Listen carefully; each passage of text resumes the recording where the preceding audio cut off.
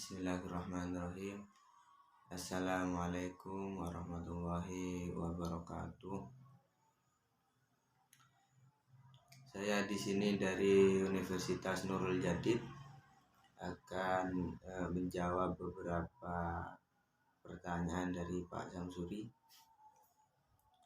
Baik, akan saya jawab. Yang pertama,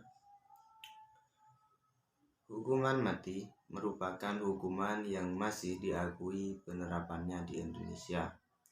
Hukuman mati biasanya diterapkan untuk para pelaku kejahatan tertentu, yang mana kejahatan tersebut termasuk dalam kategori kejahatan yang luar biasa. Kepastian hukum terkait hukuman mati ini dapat dilihat pada pasal 10 huruf A Kitab Undang-Undang Hukum Pidana atau KUHP menjelaskan bahwa hukuman pidana mati merupakan salah satu hukuman pokok. Seperti itu.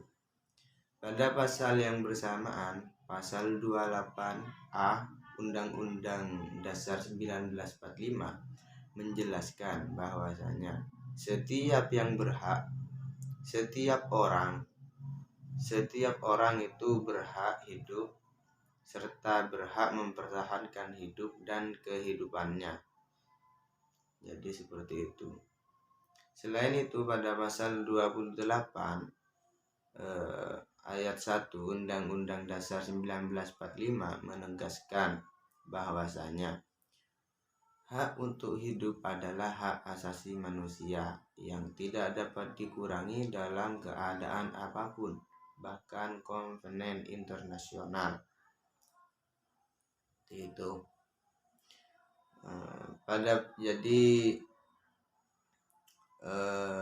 Pada pasal 3 menegaskan bahwa setiap yang berhak atas kehidupan, kebebasan, dan keselamatan sebagai individu. Jadi seperti itu.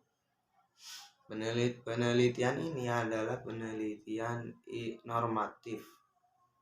Jadi pertanyaannya adalah, apakah hukuman mati itu melanggar hak asasi manusia?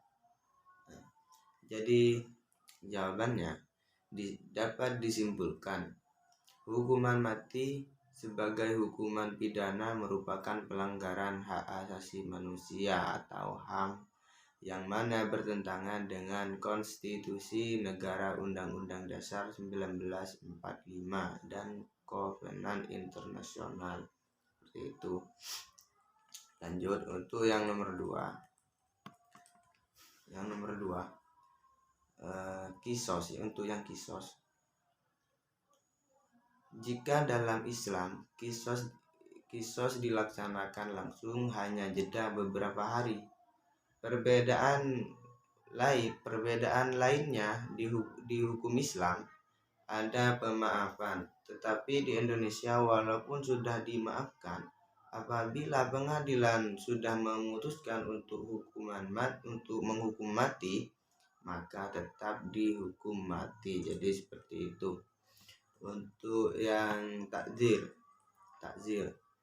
menurut Abdul Qadir Audah, prinsip hukuman takzir dalam syariat Islam adalah tidak membinasakan, akan tetapi hanya sebagai takdib atau pengajaran. Akan tetapi kebanyakan para ulama fikih membuat suatu pengecualian dari aturan umum tersebut, yaitu kebolehan dijatuhkan hukuman mati jika dikehendaki oleh kepentingan umum atau permasalahannya tidak bisa terlaksana kecuali dengan jalan membunuhnya.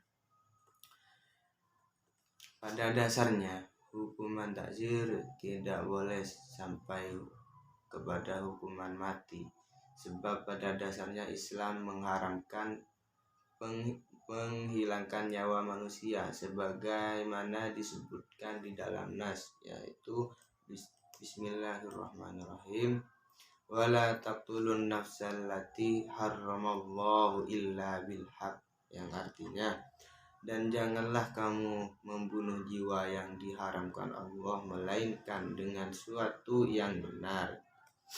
Jadi seperti itu. Terus yang ketiga, pertanyaan yang nomor 3 saya jawab. Untuk yang jarimah zina dipandang sebagai tindak pidana berat yang menempati ranking kedua akbar al-qabair setelah pembunuhan. Jadi paling berat nomor 2. Hal ini dipertegaskan dengan adanya larangan Allah Subhanahu wa taala dalam surah Al-Isra ayat 32. Dan yang berbunyi, dan janganlah kamu mendekati zina. Sesungguhnya zina itu adalah perbuatan yang keji dan suatu jalan yang buruk. Seperti itu. Untuk yang qadzaf, jadi untuk yang qadzaf itu hukuman pokok, yaitu jilid atau deras sebanyak 80 kali.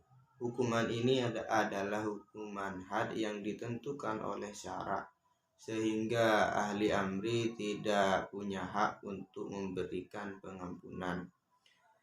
Adapun bagi orang yang dituduh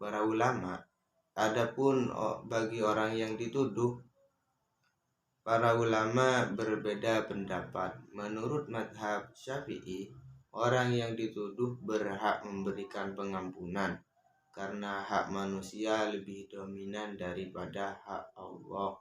Sedangkan menurut mazhab Hanafi, korban tidak berhak memberikan pengampunan karena di dalam jarimah qadzaf hak Allah itu lebih dominan daripada hak manusia. Hukuman tambahan yaitu tidak diterima persaksiannya dan dianggap orang yang fasik. Seperti itu. Cukup sekian dari saya, kurang lebihnya mohon maaf. Wassalamualaikum warahmatullahi taala wabarakatuh.